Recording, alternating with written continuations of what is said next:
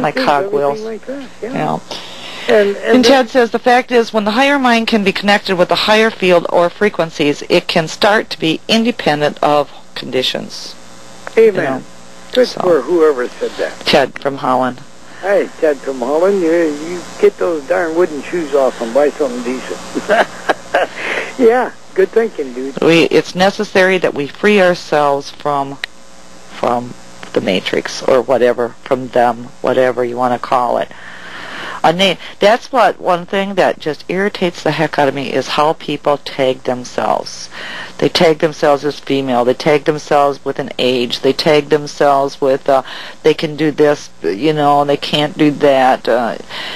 I'm a female, so I can't turn around. Reality. Yeah, well, they can create their cans and their can'ts, and That's right. if they take away their gosh darn tags, they take away their idea of age, they take away their idea of sex, they take away their ideas of location, and just become them. One with the Creator. One, or just that one. Then they can become one with everything, Absolutely. And it's got nothing to do with age, it's got nothing to do with sex, location, or anything. Tom Brown Jr.'s book, Awakening Spirits, will help you understand even more. And The other set of books, expensive, is Masters of the East or Masters of the Far East. I think it's well, expensive. I can tell you even a better book that's going to Which help one is it? everyone. That is In Search of Ancient Man by Mary Sutherland, due out this summer. Oh, she doesn't know that much. The book is approximately 400 pages right now, and it just it talks of, it tries to explain just about, I touch on things that people don't even know about yet, because all the knowledge that has come down to me, most people don't share. And in my book, I'm putting it out there. I'm just letting people know, and then it's up to them if they want to accept it or not. Mm-hmm. But and again, with me, don't believe a word I say. Check it yourself. Good grief, Yeah. folks! You got a brain of your own, and you have your own way of checking things. And if you don't believe me, that's your right. I don't come on here to lie. no, I and come on here to help open eyes. Get rid of that dang cat. well, it's like Christ. Christ spoke the truth, okay? But how many people have misinterpreted his truth, or changed that truth to fit their lifestyle or their agendas, And ego. So people. Our reality is based on who we are or what we think we are. So there's going to be 50 people that's going to hear this show, 50,000. I don't know how many people is going to hear this show, but everyone's going to hear it just a little bit different, based on their perspective of who they are. So we can talk and try to convince somebody of something, but the only one that's going to convince anybody of anything is that person that's listening to the show, and based on who and what they think they are and what they deserve in life. Some people are going to feel that they don't deserve anything, To all of these and they're going openings, to. that's your business. It's your right. It's a God-given gift, and it is your right. You don't have to believe anything Mary or I discuss or think or disagree with. You don't. We want you to open up your minds and know there's more to life, hopefully just this amount, that there's more to life than what you're swimming in. But if you want to swim in it, that's your right. Yeah. Well, there's some people, that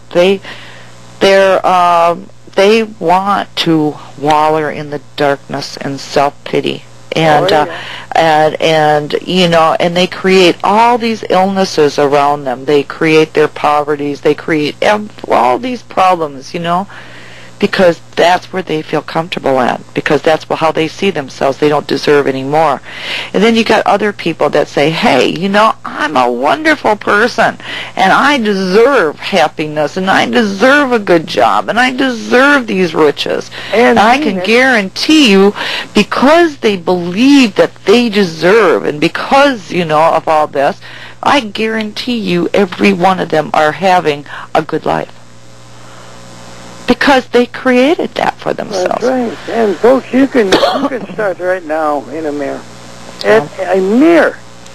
If you continue, if you have tenacity, and you look at the mirror and say, I am beautiful. I don't give a darn if you're a burn victim or an elephant man syndrome person. I am beautiful. People, if you continue doing this, despite what you think at the moment, if you start and continue in tenacity, it may not change your looks, but it will change everybody else's looks about you.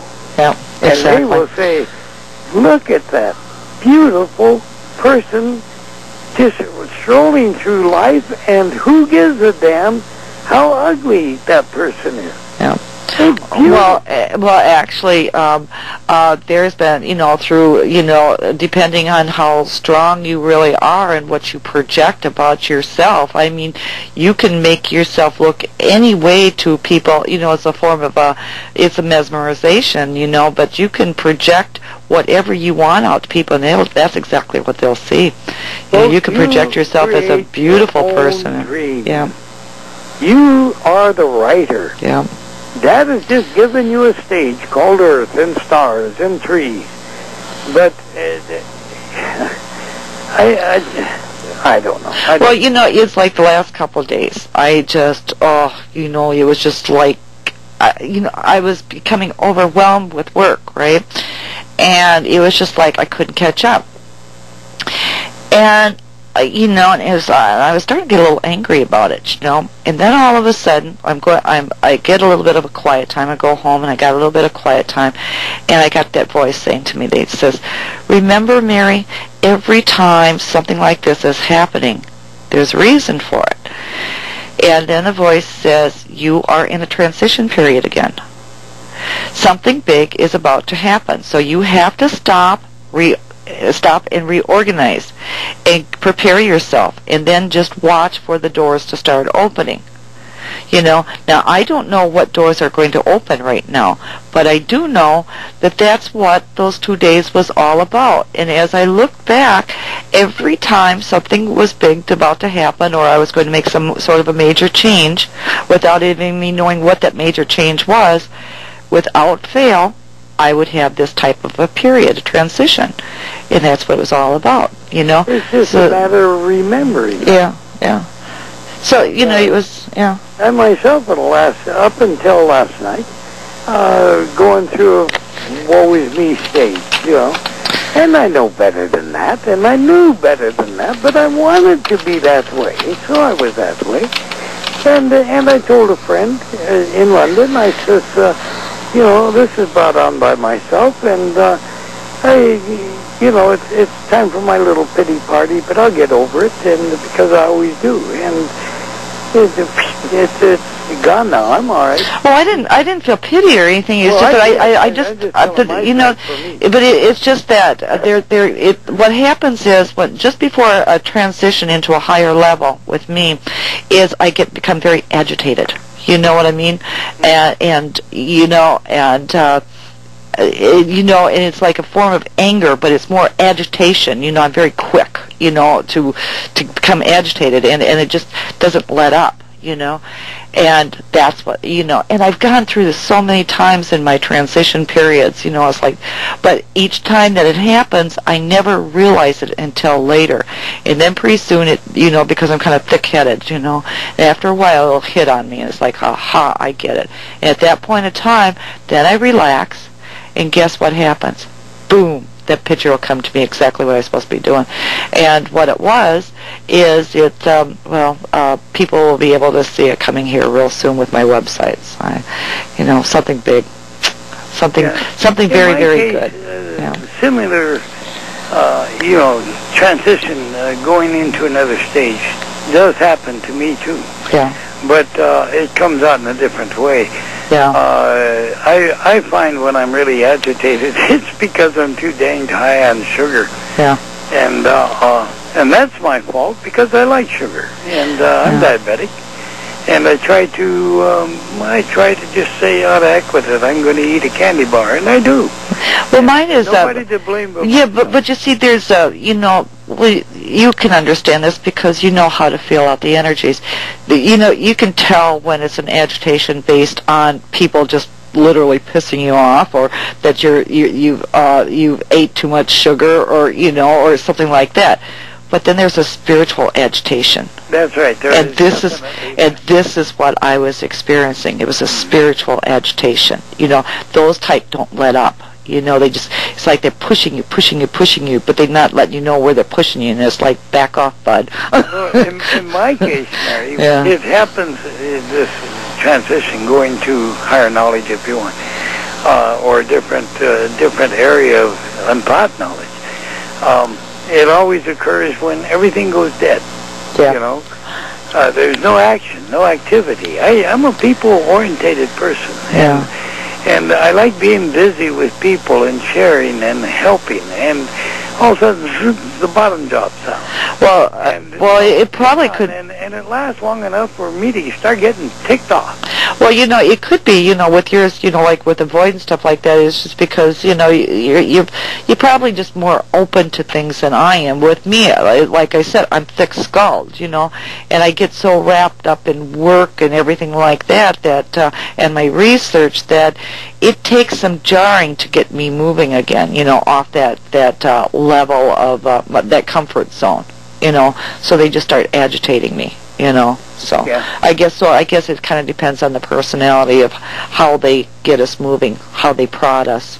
Some use just a regular. Make you go. Yeah, sometimes person just needs a wooden prod, and in my case, I need electric prod. So, and by the way, anyhow, folks, anybody new out there, I talk about Dad and he and God, and it's how you believe this one to be. She, it, cosmos, whatever.